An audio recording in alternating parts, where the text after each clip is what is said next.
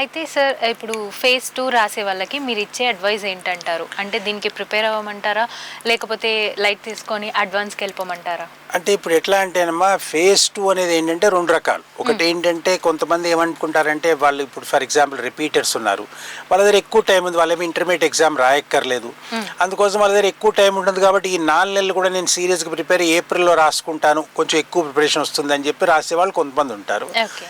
మొదటి పరీక్ష ఫేజ్ 1లో సరిగ్గా రాయకుండా ప్రిపరేషన్ సరిగ్గా లేదని లేకపోతే ఎగ్జామినేషన్లో వేరే రీజన్స్ వల్ల వాళ్ళు సరిగ్గా చేయలేకపోయినా వాళ్ళు సెకండ్ ఫేజ్కి వెళ్దామని అనుకుంటారు. జనరల్గా ఎట్లుంటుందంటే ఇప్పుడు సపోజ్ ఒక 99% వచ్చిన పిల్లాడు ఉన్నాడు. వాడు సెకండ్ ఫేజ్ అనేది సరదాగా రాయటమే కానీ దాని గురించి పెద్దగా సీరియస్ ప్రిపరేషన్ అనేది అవసరం లేదు.